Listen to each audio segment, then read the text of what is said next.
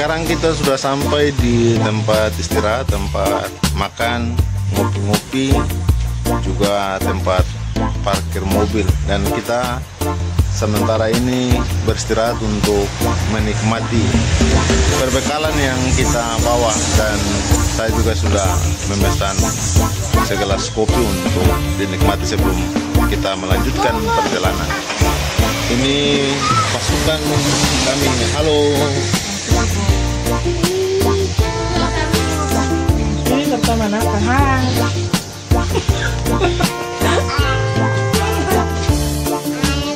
Halo guys.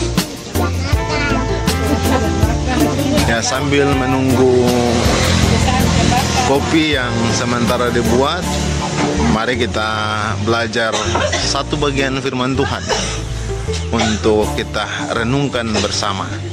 Saya akan mengambil tempat.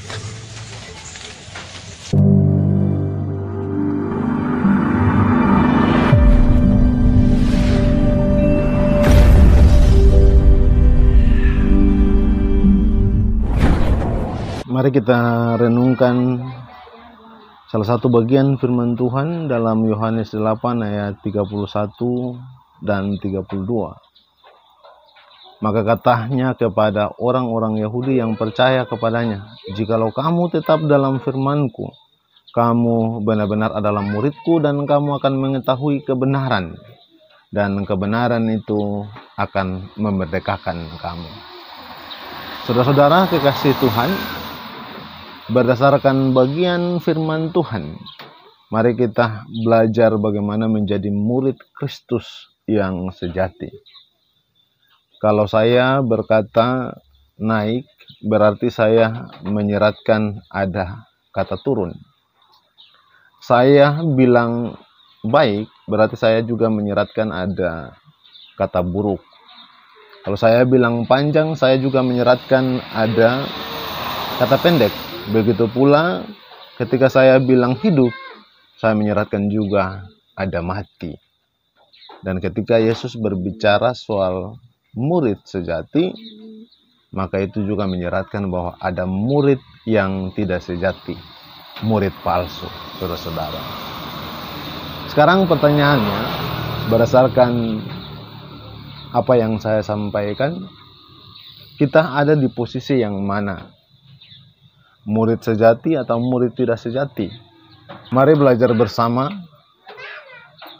Saya akan menyampaikan beberapa hal terkait hal ini. Selanjutnya masing-masing dari kita, ibu bapak saudara dan saya, akan mengidentifikasi diri kita masing-masing, sehingga tidak terkesan saya menjustis bahwa si A itu murid sejati, si B murid yang setengah sejati, sebagian lagi tidak sejati, lalu yang lain adalah murid yang palsu.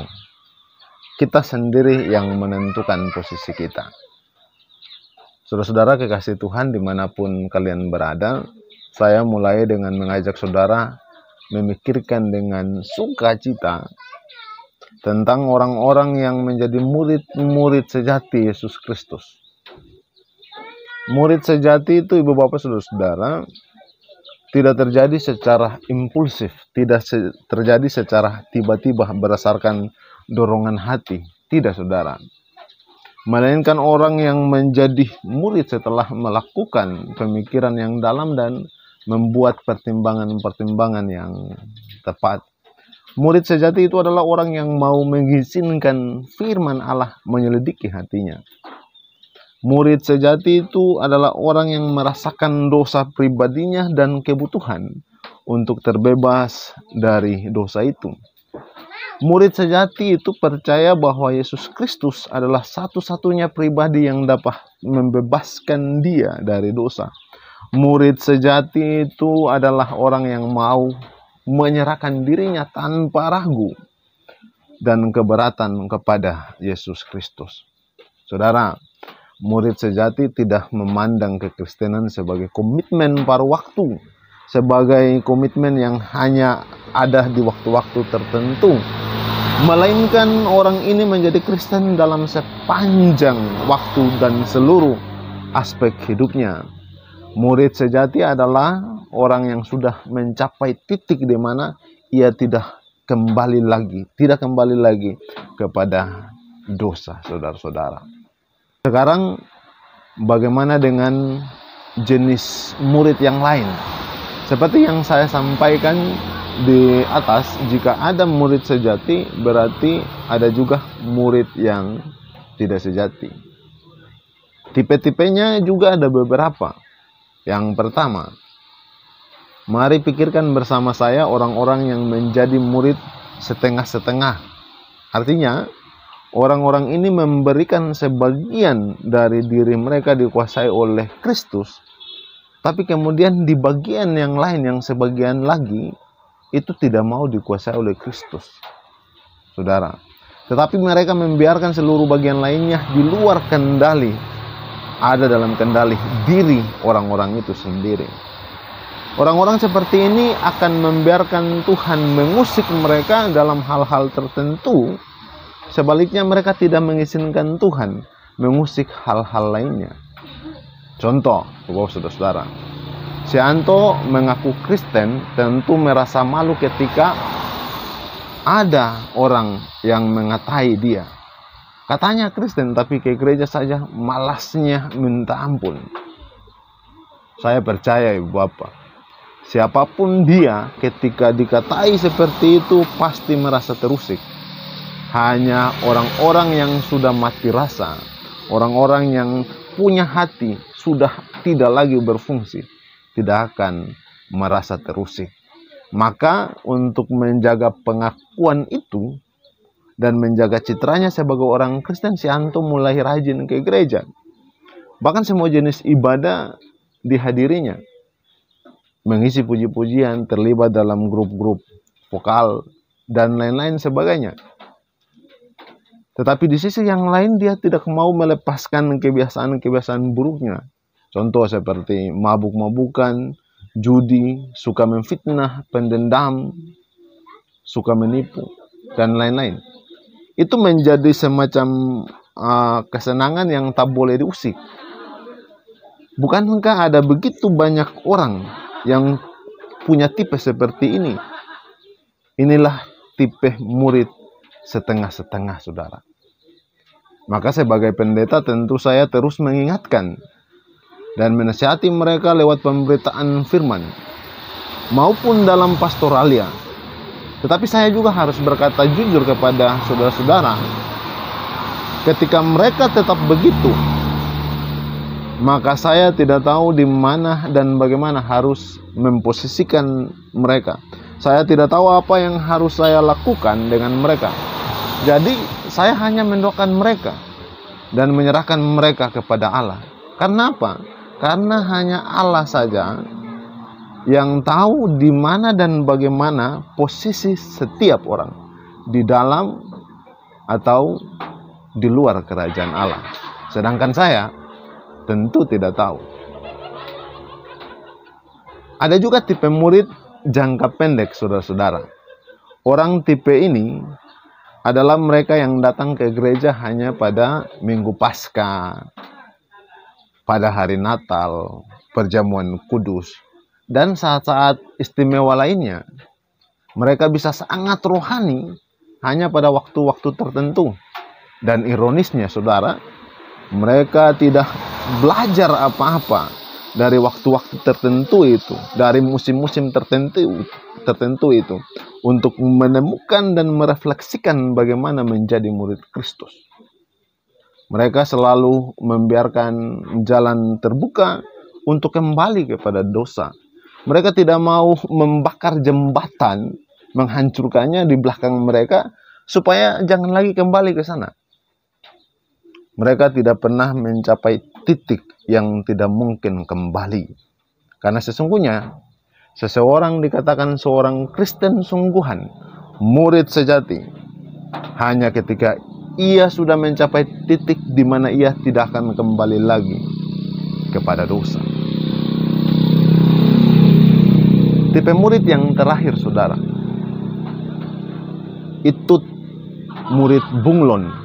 Bapak pernah dengar bunglon kan? Dan pernah mendengarkan tipe murid bunglon. Mereka ini bisa berubah warna mengikuti lingkungan sekitarnya. Mereka bisa memakai bahasa orang banyak yang saat itu bersama-sama dengan mereka. Jika mereka sedang bersama pemikir rasionalisme, mereka juga terdengar sangat rasionalis. Jika mereka sedang bersama dengan orang-orang Injili, mereka juga bersuara Injili. Mereka dengan mudah dapat melakukan penyesuaian. Padahal sebenarnya mereka tidak membutuhkan penyesuaian. Yang mereka butuhkan adalah Kristus. Mereka membutuhkan Kristus. Sebagai orang Kristen, siapapun kita dan dimanapun kita berada, kita harus menjadi seperti berlian. Berlian tidak menyesuaikan diri. Ia selalu menjadi berlian. Demikian juga orang Kristen harus tetap menjadi orang Kristen. Ingatlah saudara-saudara kekasih Kristus. Kita bukanlah orang Kristen jika kita harus menanti suasana yang tepat dulu untuk menjalankan agama kita. Kita bukanlah orang Kristen jika kita pergi ke gereja hanya untuk diberkati. Kita bukanlah orang Kristen jika kita belum sepenuhnya menjadi milik Kristus. Sekarang, berdasarkan apa yang saya sampaikan, saya percaya masing-masing kita, ibu bapak, saudara-saudara, dan saya telah mengidentifikasi dirinya di manakah posisi kita berada. Murid sejati, murid setengah-setengah, murid jangka pendek, ataukah murid bunglon, ataukah sama sekali murid tidak sejati, murid palsu. Ketika kita sudah mengidentifikasi posisi kita, mari kita renungkan semua itu sambil memperhatikan dan mengingat pesan Tuhan Yesus dalam Yohanes 8 ayat 31 dan 32 yang tadi saya sampaikan di awal. Jikalau kamu tetap tinggal dalam firman-Ku, kamu benar-benar adalah murid-Ku, dan kamu akan mengetahui kebenaran, dan kebenaran itu akan memerdekakan kamu. Sehingga apa? Sehingga kita tidak lagi menjadi murid musiman. Kita tidak menjadi murid yang setengah-setengah. Tidak menjadi murid yang berubah-ubah seperti bunglon. Tetapi sepenuhnya menjadi murid Kristus yang sejati. Maka alangkah indahnya ibu bapak bila kita yang mengaku orang Kristen, murid Kristus, kesetiaannya dan kesukaannya adalah tinggal di dalam firman-Nya. Firman-Nya akan menuntun, firman-Nya akan menasihati, firman-Nya akan menegur, firman-Nya akan mengajar, firman-Nya akan memperbaiki, firman-Nya akan menyatakan kesalahan dan mendidik dalam kebenaran. Menjalani kehidupan dalam dunia ini sebagai murid Kristus memang tidak mudah, saudara. Selalu ada harga mengikut Kristus begitu tinggi harus dipenuhi. Tetapi percayalah, upahnya tidak tertandingi. Tuhan Yesus memberkati. Shalom.